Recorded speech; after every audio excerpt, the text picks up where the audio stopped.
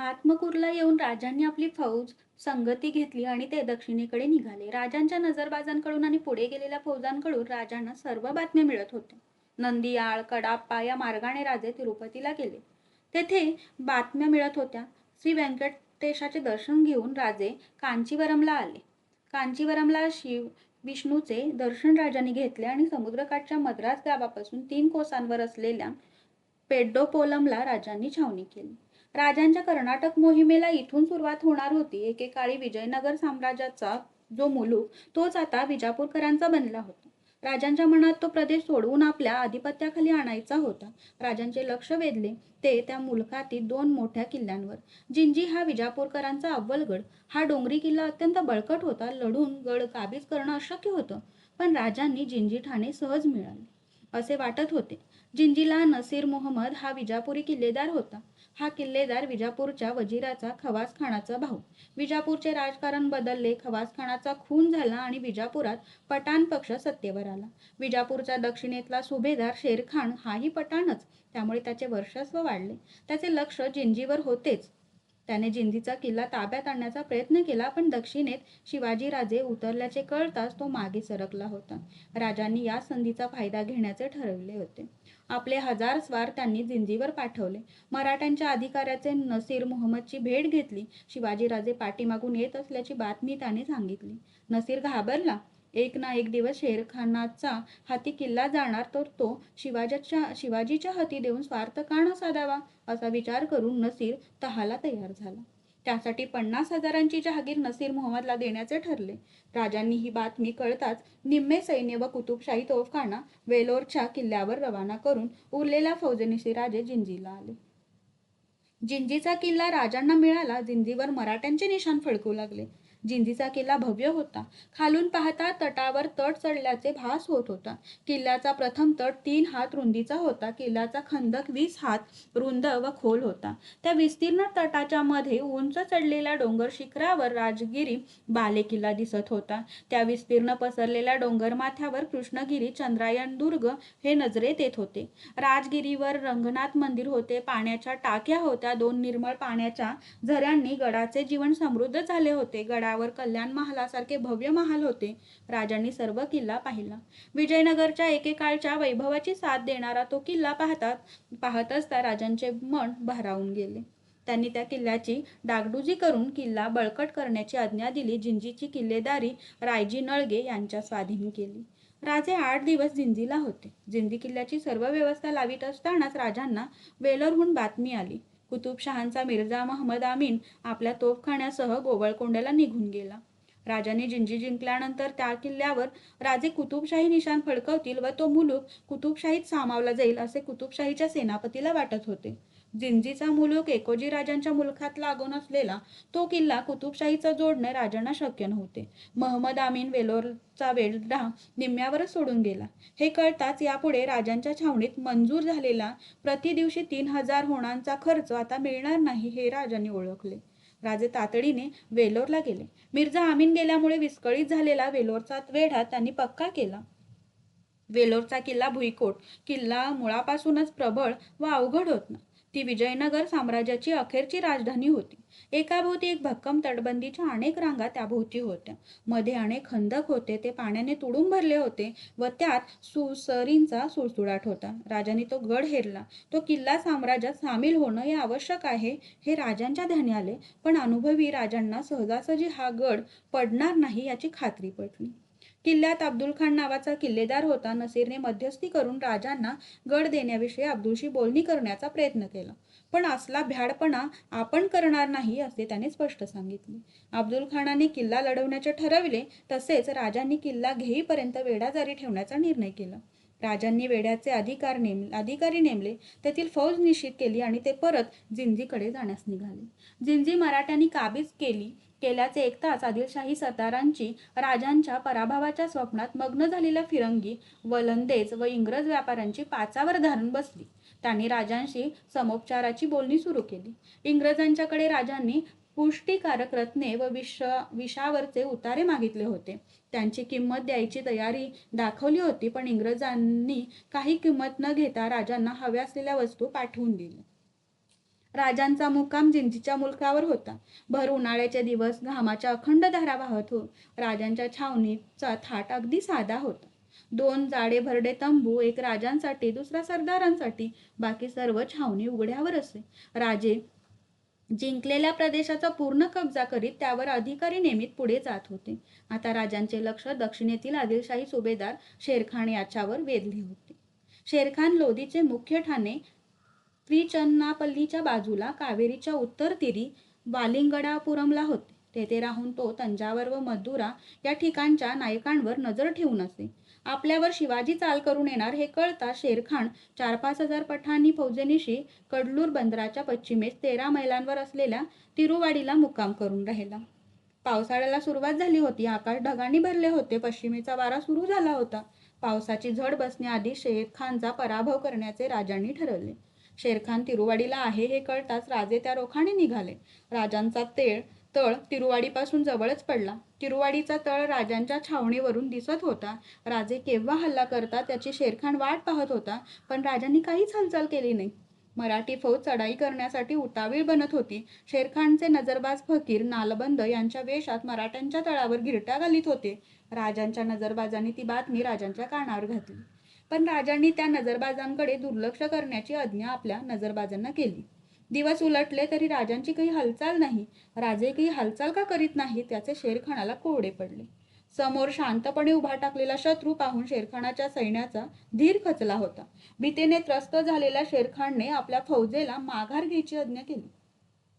शेरखानाची फौज मागे हटू लागली.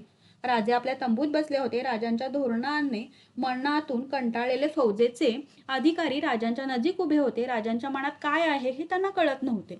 त्याच वेळी राजांचा नजरबाज तंबूत आला. साऱ्यांची नजर त्याच्यावर खेळली. महाराज, शेरखानची फौज मागे हटते. खरं? राजे उठले. त्यांच्या चेहऱ्यावर समाधान होते. त्यांनी सर्वांवर नजर फिरवली. याच घडीची आम्ही वाट पाहत होतो. फौजेला स्वार होण्याची आज्ञा द्या, आम्ही आलोच. साऱ्यांच्या अंगात उत्साह संचारला. छावणीवर एकच गडबड उडाली. राजांनी अंगावर चिलखत चढविले. राजे तंबूबाहेर आले तेव्हा घोड्यांच्या टापांनी उत्साही स्वारांनी छावणी गजबजली होती. राजे स्वार झाले. बरोबर सेनापती हंबीरराव व येसाजी होते. सेनापतींच्या इशारतीबरोबर अश्वदळे हळू लागली. राजे संतपणे तिरुवाडीकडे जात होते. त्या कुंदावलेल्या वातावरणात शेरखानाची मागे हटणारी फौज नजरेत आली. मराठी फौज मागून येत आहे हे लक्षात येताच पठाणांचे उरले धैर्य नाहीसे झाले आणि ते पळू लागले. राजांनी आपल्या फौजेला आज्ञा केली. शिंगाचा गगनभेदी आवाज उठला आणि राजांच्या फौजेने जनावरांना टाच दिली. राजांच्या दोन्ही बाजूनी घोडी धावत होती. तळपत्या तलवारी हाती घेतलेला भाला सावरलेले स्वार वायुवेगाने दौडत होते. गारांचा पाऊस पडावा तसा टापांचा आवाज येत होता. हर हर महादेवच्या गर्जनेने रणभूमी निनादली. राजे पाहत होते. मराठी फौज पठाणी फौजेला भिडली. एकच कापाकापी सुरू झाली. पळणारी फौज केव्हाच गारद झाली होती. पण 500 वीर पठाण मराठी फौजेशी मुकाबला करीत होते. प्रहरात त्यांचेही बळ सरले. पराभव झालेले पाहून शेरखान व त्याचा मुलगा इब्राहिम खान आपल्या मोजक्या स्वारांनीशी पळत सुटले. रणांगणातून आलेल्या स्वारांनी ही खबर राजांना दिली. राजांनी शेरखानचा पाठलाग करण्याचे ठरवले. आपल्या फौजेसह राजे शेरखानाच्या पाठलागावर सुटले. शेरखानचे 500 घोडे, 2 हत्ती, उंट, बैल व लढाऊ सामान राजांना मिळाले. पळत सुटलेल्या शेरखानाने भुवनगिरीच्या किल्ल्यात आश्रय घेतला. राजांनी शेरखानाचा सोक्षमोक्ष लावण्याचे ठरवले होते. त्या घटनेवरच दक्षिण विजय अवलंबून आहे हे राजांनी ओळखले होते. राजांची फौज वालदोरमध्ये व देवन पट्टाणात घुसली. खुद्द राजे भुवनगिरी पट्टाणास येऊन दाखल झाले. शेरखानाच्या पराभवाची वार्ता वावटळासारखी पसरली. पाठोपाठ मराठे आलेत ही बातमी येई. त्या बातमीने भयभीत झालेले मुसलमान पळू लागले. वालदोरे, देवनापठण यातील मुसलमान शिबंदीने तेच केले. अशा अनेक गढ्या राजांना सहज काबीज करता आल्या. भुवनगिरीत कोंडलेले शेरखान हवालदिल झाला. त्याने तहाचे बोलणे सुरू केले. राजांनी त्याच्यावर 20,000 होणाची खंडणी लादली. त्याचा सर्व मुलूक ताब्यात घेतला. 20,000 खंडणी भरणे शेरखानाला जमले नाही. त्यासाठी आपला मुलगा इब्राहिम खान राजांकडे ओलीस म्हणून ठेवून तो निघून गेला. शेरखानाच्या पराभवाने दक्षिणेतल्या आदिलशाहीचा विरोध जवळजवळ नाहीसा झाला. राजे जातील तेथे त्यांच्या पुढे भूमी नसमत होती. राजे जिंजीच्या भागात आले. राजे आता निर्धास्त होते. त्यांनी आपली फौज गोळा केली. राजांना आपले सावत्र भाऊ एकोजी राजे यांना भेटण्याची इच्छा होती. जिंजीची व्यवस्था पूर्ण झाल्याचे पाहून राजे परत दक्षिणेकडे निघाले. राजांची छावणी तिरुवनमलईला पडली होती. पावसाळ्यांसाठी तिरुवाडीला छावणी हलवण्याचे राजांनी ठरवले. त्या बेताप्रमाणे पुढील व्यवस्थेला काही फौज पाठवली होती. जिंकलेल्या मुलखातून सावकारांकडून खंडण्या वसूल केल्या जात होत्या. सकाळची वेळ होती. राजे हंबीरराव जनार्दन पंत यांच्यासह छावणी पाहणी करीत होते. शेरखानाच्या लढाईत जखमी झालेल्यांची विचारपूस करून राजे छावणीला एका टोकाला आले. तेथून तिरुवनमलई गाव नजरेस येत होते. राजे म्हणाले, गाव किती सुरेख आहे. एकेकाळी हे गाव हिंदू तीर्थ क्षेत्र होते. जनार्दन पंतांनी सांगितले. एकेकाळी? हो. इथं श्री शिव आणि समोत्ती पेरुमल देवतांची सुरेख मंदिरं होती. मग त्याचं काय झालं? विजयनगर साम्राज्याच्या विध्वंसाबरोबर ती मंदिरं मुसलमानांनी आक्रमणाखाली पाडली गेली. अरे रे, आता त्या ठिकाणी काही नाही? राजांनी विचारले. त्या पुरातन मंदिराच्या जागेवर मुसलमानांनी मशिदी बांधलेल्या आहेत. पंत, आम्हाला ते पाहायचं आहे. राजांचे अश्वपथक गावाकडे वळले. राजे पायउतार झाले. समोरच्या चुन्याने माखलेल्या पांढऱ्या शुभ्र मशिदींचे घुमट दिसत होते. समोर समोत्ती पेरुमलच्या एका काळच्या भव्य मंदिराचे भग्न अवशेष विखुरले होते. राजे जात असता त्यांची पावले अडखळत होती. आजूबाजूच्या गावांतून भंगलेल्या मूर्ती विखुरल्या होत्या. निशांत हातांनी शिल्पलेल्या त्या एक काळच्या अत्यंत सुबक मूर्तींची उद्ध्वस्त अवस्था पाहून मनाला पीळ पडत होता. राजांची पावले थांबली. एका खड्ड्यात काळाभोर नंदी उखळून विरूपावस्थेत पडला होता. त्याच्यापासून थोड्याच अंतरावर सुंदर पाषाणात कोरलेले भ्रष्ट शिवलिंग आजूबाजूच्या हिरवळीतून डोकावत होते. ते उजाड विषण्ण अवशेष पाहून राजांचे मन उद्विग्न झाले. ते उद्गारले, माणसं जगतात तरी कशी? सत्ताधाऱ्यांच्या आक्रमणापुढे नेहमीच मान तुकवली जाते. पंत, वतनाच्या हक्कासाठी पिढ्यानपिढ्या झगडणारी माणसं ही आमची वतनं भंगली तरी उघड्या डोळ्यांनी पाहतो. आमची दैवत भग्न होतात आणि ती आम्ही पाहतो. राजे समोत्ती पेरुमलच्या मंदिराचे मशिदीत झालेले रूपांतर पाहत होते. राजे ते पाहून सुन्न झाले. धर्माच्या नावाखाली केवढी अधर्मी कृत्य हे! ज्या मंदिराच्या उभारणीसाठी शेकडो कलावंतांनी शिल्पकारांनी अहोरात्र मेहनत घेतली असेल, ती माणसांच्या दृष्टीला सुखावणारी, थक्क करणारी, परमेश्वराचा साक्षात्कार घडवणारी ही आमची मंदिरं परक्या धर्मप्रसारासाठी नेस्तनाबूत केली जातात. एवढं नव्हे तर पवित्र वास्तूंवर मशिदी बांधल्या जातात. पंत, ही हिंमत आली कुठून? महाराज, रघुनाथ पंतांचा आवाज विशीर्ण झाला होता. त्याचं एकच कारण आहे. मुसलमानांचा त्यांच्या धर्माचा अभिमान आहे. त्या धर्मनिष्ठेपायी त्यांची सर्वस्वांचं बलिदान करण्याची ताकद आहे. हे फिरंगी आपल्या धर्मासाठी 7 समुद्र ओलांडतात. परमुलखात आपला धर्मप्रसार करतात. केवढी त्यांची निष्ठा! तीच निष्ठा त्यांना विजयी बनवते आणि आम्ही हिंदू म्हणून घेतो, पण उघड्या डोळ्यांनी आपल्या धर्माचा रास पाहतो. ज्यांना धर्मनिष्ठा नाही त्यांचा भाग्योदय कसा होणार? पण महाराज, ज्याला गोष्टीपुढे इलाज काय? आपण काय करू शकतो? राजांची संतप्त नजर हंबीररावांच्यावर खिळली. हंबीरराव, हे तुम्ही बोलता? आमचे सेनापती हे बोलतात?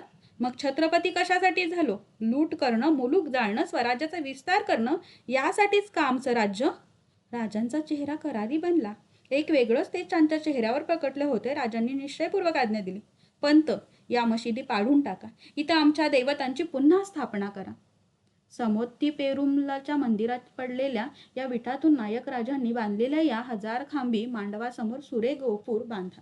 या देवताची पुन्हा प्रतिष्ठापना झाल्याखेरीज आमच्या मनाला शांती लाभणार नाही. त्या आज्ञेने जनार्दन पंत हंबीरराव चकित झाले. जनार्दन पंत म्हणाले, पण महाराज, या मशिदी पाडल्या तर मुसलमानांची मनं दुखावतील. जेव्हा आमची मंदिर पाडली आणि मशिदी उभ्या केला तेव्हा आमच्या भावना दुखावतील याचा कोणी विचार केला होता? किंबहुना आमचा धर्म नष्ट करण्यासाठी ही कृत्य केली ना? एका धर्मवेड्या पिढीनं हे केलं म्हणून आजच्या पिढीवर हा अन्याय? पंत, परधर्म सहिष्णुता म्हणजे स्वधर्माबद्दल अनास्था नव्हे. याच विचारामुळे परकीय आक्रमण सहन करण्याची सवय आम्हाला लागली आहे. मन कोडगी बनलीत, देवळं फोडली तरी आम्ही स्वस्थ. विजयनगरचं साम्राज्य कोलमडलं तरी खंत नाही. आमच्या आया बहिणींची आबरू लुटली गेली तरी आनंद. माणूस म्हणून जगायचं तरी कशाला? कशासाठी? ही सवय नडली आम्हाला, नाहीतर आम्हा करोडो हिंदूंना अत्यंत पवित्र वाटणारं काशी विश्वेश्वराचं मंदिर पाडू धजला नसता. पंत धर्म हा एका पिढीचा खेळ नाही, तो पिढ्यानपिढ्यांचा वारसा आहे. तो टिकवणं हे आमचं कर्तव्य आहे. आम्हाला परधर्माचा द्वेष नाही. आमच्याही फौजेत मुसलमान आहेत, त्यांच्या मशिदी उभारण्याला विशाल भूमी मोकळी आहे. त्या आमच्याच पवित्र जागेवर बांधल्या गेल्या पाहिजेत असं कोणी म्हणेल तर ते आमच्या राज्यात होणार नाही. आमच्या हुकुमाची अंमलबजावणी ताबडतोब सुरू करा. राजांच्या आज्ञेने मशिदी पाडण्यात आल्या. मंदिराचे काम सुरू झाले. राजांनी पावसाळ्यासाठी आपला तळ कावेरी काठी तिरुवाडीला हलविला. तेथून जवळच तंजावरला राजांचे सावत्र भाऊ एकोजी राजे होते. राजांनी त्यांना मानाने भेटीचे निमंत्रण पाठविले.